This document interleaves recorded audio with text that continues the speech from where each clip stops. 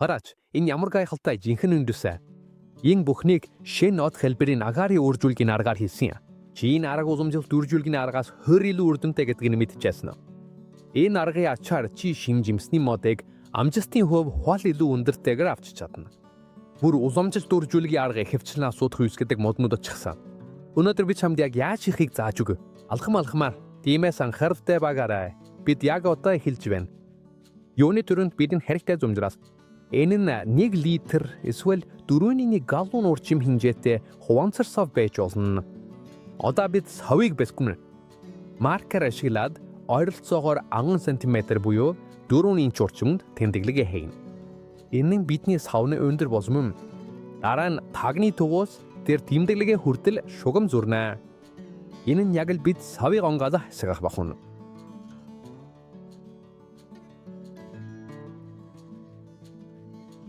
Одоо худаг эсвэл хайж ашиглаад урдчлан тэмдэглэсээр бүх хүрээгээ аажмаар яаралвигээр хайчирч авна. Үүнийг ингэж хийх болно.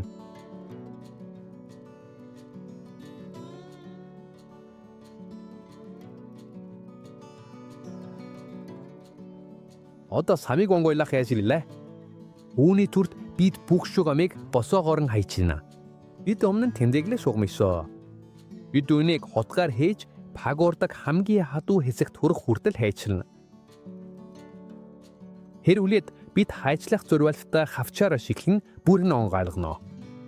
Хэрвээ танд хавчаар байхгүй бол жижиг хөрөө эсвэл ажлыг хялбарчлах өөр ямар нэгэн зүсэх багаж ашиглаж болно. Үүнийг ингэж хий хасмаар.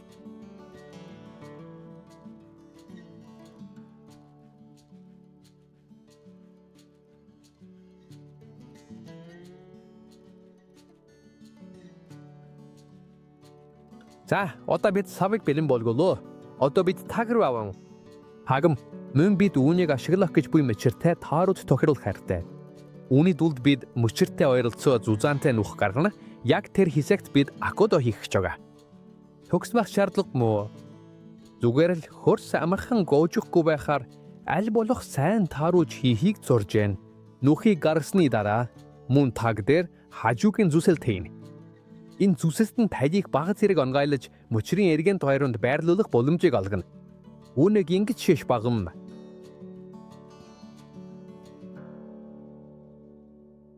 Одоо тагийг мөчөр дээр тавьж үзье. Зөв орж байгаа хэсгийг шахармуулаа. Тэгээд сайн таарж байгааг хармагч дараагийн хэсэг рүү үргэлжлэж өвнө.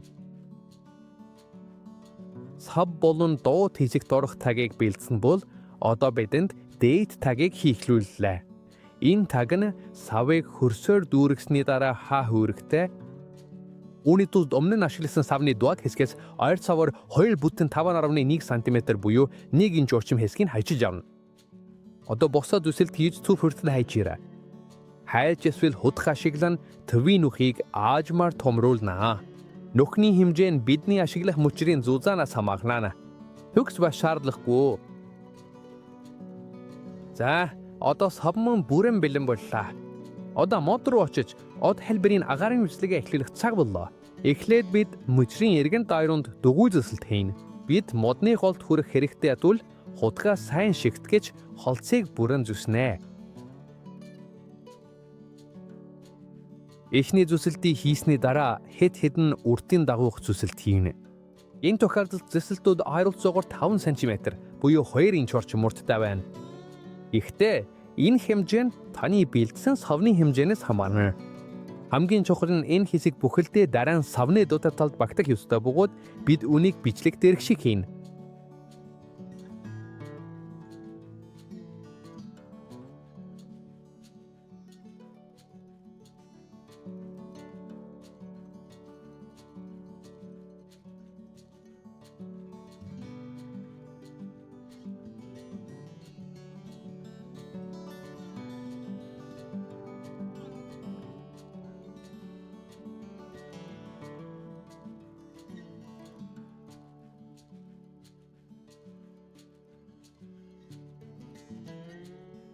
Айза бүх төсөлтүүдийг хийж дууссаны дараа одоо холцсны туузуудыг нэг нэгээр нь аажмаар салгаж эхэлнэ.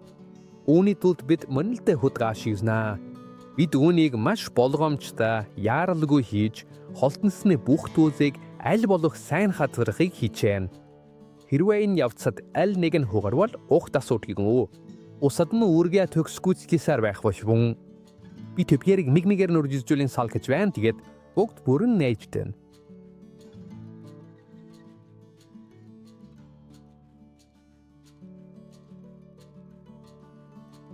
Холтосны бүх дүүзийг модноос салгасны дараа одоо тэдгэрийг аажмаар дээш нь нүглэнэ. Чамд харуулж байгаа шиг од хэлбэртэй болохыг зорж байна. Бүгд яг ижийнхэн байх шаардлагагүй. Хамгийн чухал нь дэгэн дэшээ нэгдэж дөгүүлсэн байхаа гэж. Яг энэ хэлбэр нь энэ архын нэрийг өгдөг. Бүх дүүзийг хүссэн байрлал дуруулсны дараа бид тэдгэрийг нэг болтоор тогтооно. Гэхдээ өөр ямар ч төрлийн уяа ашиглаж болно. Бүх дүүзийг нэлттэй байлгахын тулд яг тааруулж чангарна.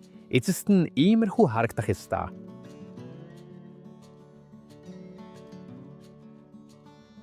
Одоо хамгийн нарийн бөгөөд магадгүй бүх үйл явцын хамгийн чухал хэсэг мэн. Доод хэсгийн камбиумыг хусах чараар.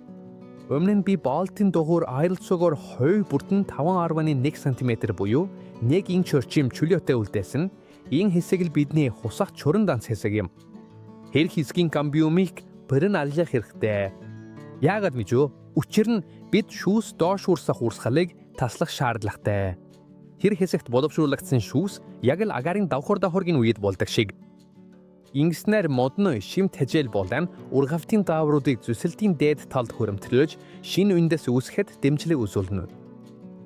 Давхаргийг бэлэн болгосны дараа одоо савыг баярлуулах цаг илээ. Үүний тулд өмнө нь хийсэн босоо зүсэлтийг ашиглан савыг онгайлгож мөчөрт тойруулсан байрлуулна. Аажмаар савыг мөчөрт тааруулж тохируулраа. Давхаргийн бүх хэсийг савны дотор бүрэн багтах хүртэл ингэж тааруулна.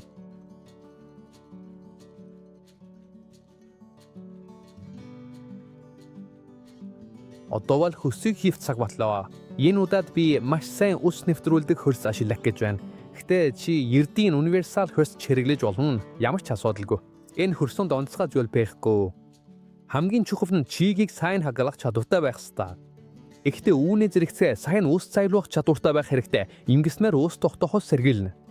Харж байгаачлан өмнө нь бөглөөдөр гаргасан нүхнэм илүүдэл усыг амархан гадагшлуулах боломжийг олж саванд ус хурангалтдагаас сэргийлнэ. Одоо бид хөсийг аажмаар дүүргэж бараг дээтэс хүртэл фийн.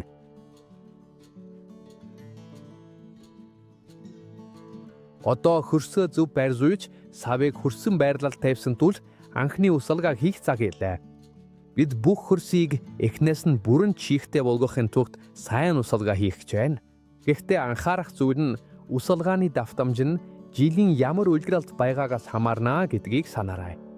Агаарын давхаргыг ихэвчлэн өвлийн сүүл эсвэл хаврын эхний үед хийдэг бөгөөд энэ үед мод илүү идэвхтэй болж эхэлдэг. Ясн хэдийч таны амдарчгүй газрын үүр амьсгалаас шалтгаалan бусад үлгэрэлд ч мань энэ аргыг хэрэгжүүлж болно. Иймээс тодорхой хуваанлыг дагахын оронд хамгийн чухал нь хөрсийг ажиглах юм. Хөрс чигээ алдаж эхэлсэн эсвэл харьцангуй хуурай болсон үед дахин усалж үндэсжилтийн туршид тогтвортой чигийг хадгалах хэрэгтэй. Одоо хамгийн сайхан хэсэг нэрлээ. Бид энэ давхаргийг хийснээс хойш ойролцоогоор 87 хоног өнгөрчээ. Харда ямар гайхалтай үнэхэрийн гайхамшиг. Цагаан үндснүүд аль хэдийн савны бүх хэсгээр цохой зой. Маш богино хугацаанд үндэсний гайхалтай систем үүссэн байна. Бүр эхний хэдэн дозоо олгогтол анхны үндэснүүд харагдаж эхэлсэн. Ямар ч эргэлзээгүй уд хэлбэрийн агаарын давхарга үнэхээр сайн ажилдаг. Давхарга бүрэн үндэслэсэн бол одоо их хургамлаас нь салгах цаг илээ. Давхаргыг доод хэсгээр нь тайраад сайн хөрстэй дүн цэргийн хэмжээтэй саван зүүгаарай. Сайн услаад ойролцоогоор 1-7 хоногийн турш хагас сүүдэртэй эсвэл шууд бус гэрэлтэй газар байрлуулж дасан зохицоход нь туслаарай.